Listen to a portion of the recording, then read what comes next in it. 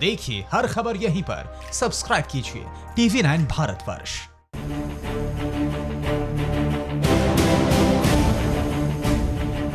सबसे पहले हम आपको देश के अलग अलग प्रदेशों और देश के बड़े शहरों में कोरोना वायरस से संक्रमण का लेटेस्ट अपडेट क्या है, यह आपको ग्राफिक्स के जरिए दिखाते हैं। तो अगर भारत की बात की जाए, यानी कि पूरे अगर देश की बात की जाए, तो अभी तक 49,400 मरीज हैं और 1,693 मरीजों की मौत अभी तक पूरे भारत में हुई है।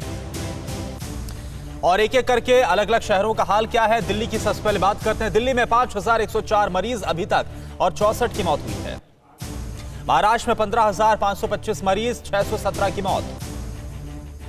उत्तर प्रदेश में 2,880 मरीज अभी तक सामने आए हैं, 56 की मौत। मध्य प्रदेश में 3,049 मरीज और 176 की मौत। राजस्थान में 3,158 मरीज, 89 की मौत हो गई है। बिहार में 535 मरीज अभी तक, 4 की मौत इनमें से। गुजरात में 6,245 मरीज, 368 की मौत। तमिलनाडु में 4,058 मरीज अभी तक सामने आए हैं, 33 की मौत हो गई है। मुंबई की बात करें, 9,945 मरीज अभी तक, 387 की मौत। पुणे में 2,062 अभी तक कोरोना इन्फेक्टेड मरीज, 119 की मौत। और भोपाल में 571 कोरोना के मरीज, जिनमें से 16 की मौत हो गई है। इंदौर की बात करें तो मध्य प्रदेश में सबसे ज्यादा इंदौर में मरीज सामने आए हैं, 1,654 मरीज और 79 की मौत। जयपुर में 1,047 अभी तक कोरोना इन्फेक्टेड मरीज सामने आए हैं, जिनमें से 50 की मौत हो गई है। लखनऊ की बात करें, 231 अभी तक संक्रमित मरीज सामने आए हैं, 1 की मौत हुई है। आगरा में 640 मरीज, 16 की मौत। गौतम बुद्ध नगर की बात करें, 193 मरीज अभी तक। हालांकि अच्छी बात यह है कि यहां पर किसी की मौत नहीं हुई है। तो पूरी दुनिया में कोरोना वायरस से जंग जारी है। हर देश कोरोना वैक्सीन की खोज में लगा हुआ है। ऐसी संकट की घड़ी में एक राहत की खबर भी आई है। भारत में 30 से ज्यादा वैक्सीन की रिसर्च पर काम चल रहा है और ये अलग अलग फेज में है काम। और अब कुछ वैक्सीन ट्रायल के लिए तैयार भी है। आपको 100 सेकंड में बताते हैं प्रधानमंत्री मोदी ने वैक्सीन को लेकर क्या कहा है। दुनिया भर के अन्य देशों की तरह भारत में भी कोरोना वायरस ने कहर बरपा रखा है। हर दिन मरीजों की संख्या में इजाफा हो रहा है। पूरी दुनिया कोरोना को हराने के लिए जंग लड़ रही है। कोरोना को भगाने के लिए हिंदुस्तान भी हथियार तलाश रहा है। अधिकांश देश इस समय कोरोना वायरस की वैक्सीन और दवा खोजने में जुटे हैं। भारत में भी ये काम युद्ध स्तर पर हो रहा है। भारत में कोरोना मरीजों की तादाद 50,000 के करीब पहुंच चुकी है। ऐसी संकट की घड़ी के बीच एक राहत की खबर आई है। खबर है कि भारत में कोरोना की 30 से ज्यादा वैक्सीन की रिसर्च का काम अलग अलग चरणों में है। इनमें से कुछ वैक्सीन ट्रायल के लिए तैयार है, तो कुछ वैक्सीन अगले महीने तक इस चरण में पहुंच जाएंगे। मंगलवार को प्रधानमंत्री नरेंद्र मोदी ने देश में कोविड-19 की वैक्सीन बनाने के लिए हो रहे प्रयासों, कोविड-19 की जांच के लिए गठित टास्क फोर्स की समीक्षा बैठक की। देश में कोविड-19 की पहचान के लिए RT-PCR और एंटीबॉडी टेस्टिंग के लिए देश के रिसर्च संस्थान और स्टार्टअप्स काम कर रहे हैं। समीक्षा बैठक में प्रधानमंत्री नरेंद्र मोदी ने इस बात पर भी जोर दिया कि कोरोना वायरस वैक्सीन की खोज के लिए अकादमी, इंडस्ट्री और सरकार साथ मिलकर काफी तेजी के साथ काम कर रहे हैं। प्रधानमंत्री मोदी ने वैक्सीन बनाने के काम में जुड़े लोगों से अपना सर्वश्रेष्ठ देने को कहा है और ये भरोसा दिलाया कि सरकार उन्हें हर जरूरी संसाधन उपलब्ध कराएगी। पीएम ने सुझाव दिया कि दवा, टीका और जांच से जुड़े मसलों पर हैकाथॉन का आयोजन होना चाहिए और इसके लिए स्टार्टअप कंपनियों को भी सामने आना चाहिए। फिलहाल जल्द ही कोरोना को मात देने वाली वैक्सीन का ट्रायल होगा। उम्मीद है कि हिंदुस्तान कोरोना के खात्मे के लिए संजीवनी जरूर ढूंढ लेगा। वहीं रेलवे के मुताबिक अभी तक करीब 50,000 प्रवासी मजदूरों को उनके गृह राज्यों तक पहुंचाया जा चुका है। श्रमिक स्पेशल ट्रेन के जरिए इन मजदूरों को पर्सनल डिस्टेंसिंग को मेंटेन करते हुए इन सभी को इनके गंतव्य स्थान, यानी कि जहां इन्हें पहुंचना था, पहुंचा दिया गया है। 100 सेकंड में देखिए पूरी खबर। चेहरे पर खुशी है घर जाने की, दिल में अरमा है अपनों से मिलने का, उन्हें गले लगाने का, क्योंकि 2 लॉकडाउन के बाद तीसरे में राहत मिली। सरकार ने छूट दी तो रेलवे ने घर तक पहुंचाने का जिम्मा उठा लिया। खाना मिला, पानी मिला, साथ में रास्ते के लिए नमकीन और बिस्किट भी।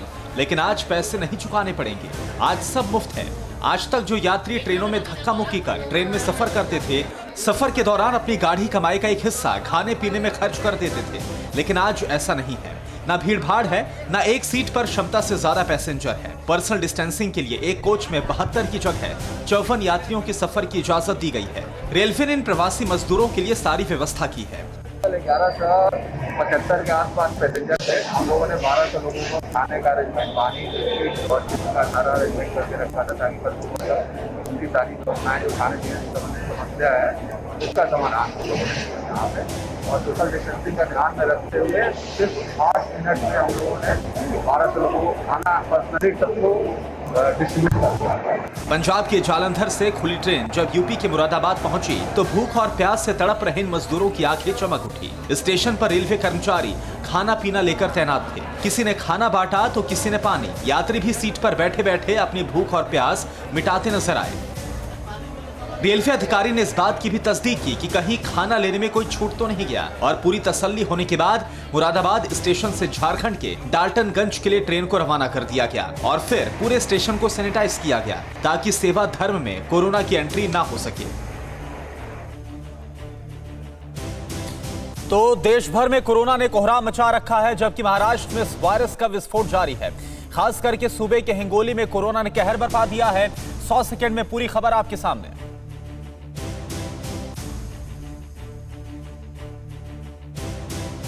पिछले 24 घंटे में महाराष्ट्र में 34 लोगों की कोरोना वायरस से मौत हो चुकी है।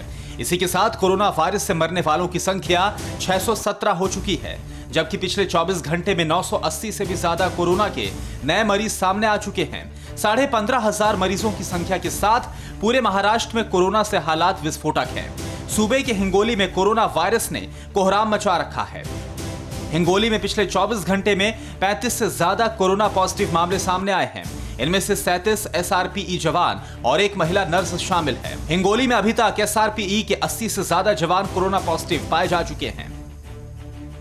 पॉजिटिव पाए गए सभी जवान जालना, मालेगांव और मुंबई से लौटकर आए थे। 18 अप्रैल को 191 जवानों की टुकड़ी मालेगांव और मुंबई हिंगोली लौटी थी। सभी को क्वारंटाइन किया गया था, जिनकी संख्या बढ़कर 80 से ज्यादा हो चुकी है। ये तस्वीर महाराष्ट्र के सतारा जिले में वाधवन चौक की है, जहां पर कई ऐसे सैनिक हैं जो छुट्टी पर अपने गांव आए थे, लेकिन लॉकडाउन की वजह से वो फंस गए, लिहाजा ड्यूटी ज्वाइन नहीं कर पाए। लेकिन ड्यूटी पर नहीं होते हुए भी इन जवानों ने अपने गांव की सुरक्षा का बीड़ा उठा लिया है और जगह जगह लोगों से लॉकडाउन का पालन करने के लिए अनुरोध कर रहे हैं। अगर दूसरे शहरों की बात करें तो मुंबई देश भर में कोरोना संक्रमण के मामले में सबसे ऊपर है और लगातार बढ़ता आंकड़ा बता रहा है कि हालात और भयानक होने वाले हैं। मुंबई में पॉजिटिव मरीजों का आंकड़ा 10,000 के करीब पहुंच चुका है। यहां 380 से ज्यादा मौतें कोरोना की वजह से हुई है। मुंबई में अब 75,000 बेड के लिए अस्पतालों को तैयार किया जा रहा है।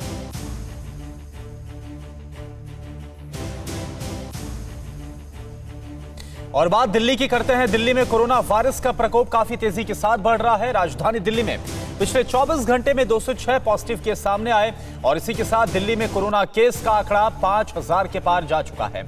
चलिए 100 सेकंड में बताते हैं पूरी दिल्ली का मौजूदा हाल क्या है। राजधानी दिल्ली में कोरोना वायरस के केस तेजी के साथ बढ़ते जा रहे हैं। हालांकि सीएम केजरीवाल ने कई तरह की छूट दी है, लेकिन लोगों के सिर से कोरोना का खतरा भी टला नहीं है। राजधानी में आज 206 पॉजिटिव केस सामने आए। कुल पॉजिटिव केस का आंकड़ा 5,000 के पार चला गया है। दिल्ली में 3 दिनों में कोरोना से किसी की मौत नहीं हुई है। हालांकि अभी तक राजधानी में 64 लोग कोरोना से जान गंवा चुके हैं। दिल्ली सरकार ने आज 2 कंटेनमेंट जोन को फ्री कर दिया है। अब दिल्ली में कुल 88 इलाके सील हैं। दिल्ली सरकार ने खतरे को देखते हुए 100 जगहों को सील कर दिया था, लेकिन हर रोज हालत में सुधार देखते हुए इलाकों को खोला जा रहा है। दिल्ली सरकार ने 2 और कंटेनमेंट जोन को फ्री कर दिया है। भारत तिब्बत सीमा पुलिस यानी कि आईटीबीपी के जवान भी कोरोना की चपेट में आ चुके हैं। अभी तक 45 आईटीबीपी कर्मियों में कोविड-19 संक्रमण की पुष्टि हो गई है। ये सभी जवान दिल्ली की सुरक्षा व्यवस्था में तैनात थे। आईटीबीपी ने कोरोना संक्रमित जवानों को ग्रेटर नोएडा के सीएपीएफ रेफरल अस्पताल में रेफर कर दिया है। 200 बिस्तरों वाला ये अस्पताल अब कोविड-19 के संक्रमित जवानों का अस्पताल बन गया है। यहाँ तय मेडिकल प्रोटोकॉल के अनुसार कोरोना संक्रमित जवानों की देखरेख की जा रही है। केंद्रीय सशस्त्र पुलिस बलों के विशेषज्ञ डॉक्टर्स इनकी देखभाल कर रहे हैं। अस्पताल में सभी आवश्यक इक्विपमेंट्स और संसाधन उपलब्ध हैं। साथ ही संपर्क में आए लोगों की ट्रेसिंग की गई है। संपर्क में आए लोगों की सैंपल्स की जांच जारी है। दिल्ली में कोरोना विस्फोटक हो चुका है। पूरे देश की बात करें तो महाराष्ट्र और गुजरात के बाद दिल्ली में कोरोना संक्रमितों की संख्या सबसे ज्यादा है। इसलिए दिल्ली वालों को खास एहतियात बरतने की जरूरत है।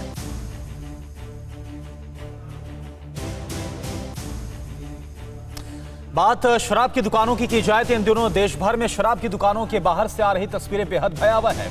कहीं पर धक्का मुक्की हो रही है तो कहीं पर लाठीचार्ज किया गया।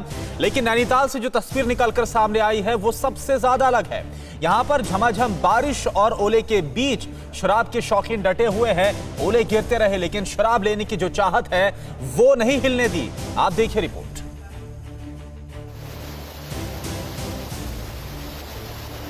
भले ही 42 दिन से लबों को शराब ने नहीं छुआ, दोस्तों ने जाम नहीं छलकाया, ऐसे लोगों की तलब में ना तो कोई कमी हुई और ना ही शराब के शौकीन मैखानों का रास्ता भूले। 1.5 महीना बीत गया लेकिन शराब की दुकान का पता याद रहा। ऐसे में जब सरकार मेहरबान हुई तो शराब की दुकान खुली। मंगलवार सुबह मौसम ने अपना मिजाज बदला। झमाझम बारिश होने लगी, ओले गिरने लगे। जितना तापमान गिरा उससे कहीं ज्यादा शराबियों की तलब का टेम्परेचर बढ़ गया। ये तस्वीर पहाड़ी राज्य उत्तराखंड के नैनीताल की है, जहां भयंकर बरसात के बीच शराब लेने लोग दुकान पर पहुंच गए। थोड़ी देर में ही बारिश और तेज हो गई, ओले गिरने लगे। लगा कि इन सब के पैर उखड़ जाएंगे और लोग शराब लिए बगैर लौट जाएंगे। लेकिन मजाल थी कि कोई टस से मस हो। छाता लिए लोग ऐसे खड़े थे मानो अमृत बट रहा हो। हर किसी को जल्दी थी जैसे आज ही शराब खत्म होने वाली है। 4 मई को उत्तराखंड और 5 मई को नैनीताल में शराब की दुकानें खुलने के बाद जब घंटे भर पानी बरसा तब भी लोग ठेके के सामने से नहीं डिगे। शराब के शौकीनों ने पैर नहीं हिलने दिए।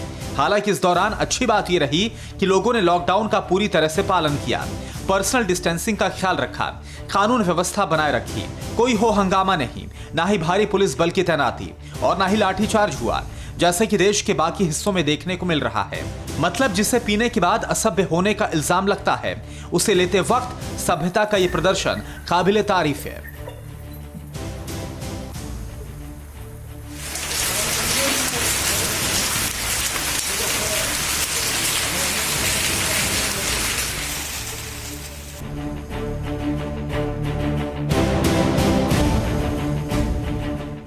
न्यूज़ टॉप 9 रोज सुबह 7 बजे और शाम 7 बजे सिर्फ TV9 भारतवर्ष पर।